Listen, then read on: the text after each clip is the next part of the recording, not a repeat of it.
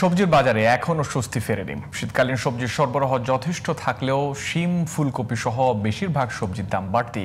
দাম কমেনি পেঁয়াজ, আদা, রসুনের। মাছের বাজারে কমেনি অস্থিরতা। সব মিলিয়ে ক্রেতাদের ভোগান্তি বেড়েছে। দ্রুত পদক্ষেপ দাবি করছেন সাধারণ মানুষ।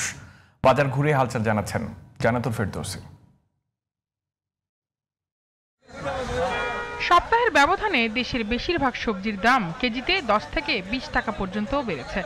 শিম, ফুলকপি, পাতাকপির দামেও ঊর্ধ্বগতি। 100 টাকার কমে মিলছে না প্রতি কেজি বেগুন, টমেটো, করলা। ক্রেতারা বলছেন সরবরাহ কমের অজুহাত দিচ্ছেন বিক্রেতারা। আগে পটল হলো 60 টাকা, এই সপ্তাহে হলো 80 টাকা একদম। সিম 120 টাকা, ফুলকপি 60 টাকা, 50 টাকা। 70-80 টাকার নিচে কোনো বাজার নেই।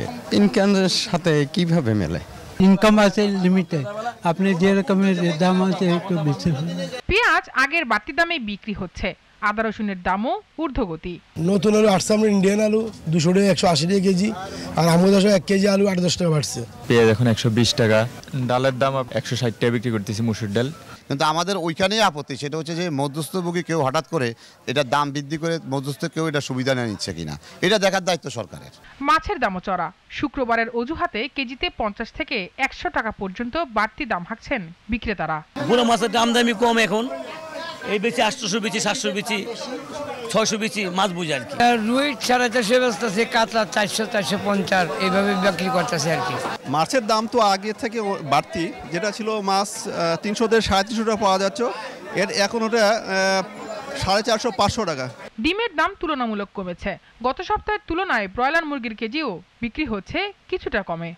লাল ডিম 125 ডজন, 80 ডিম আছে 220 টাকা, দেশি ডিম আছে 220 ডজন আর কি। গত সপ্তাহে ব্রয়লার মুরগির রেট ছিল 180, এখন 170 করে রাখতেছি।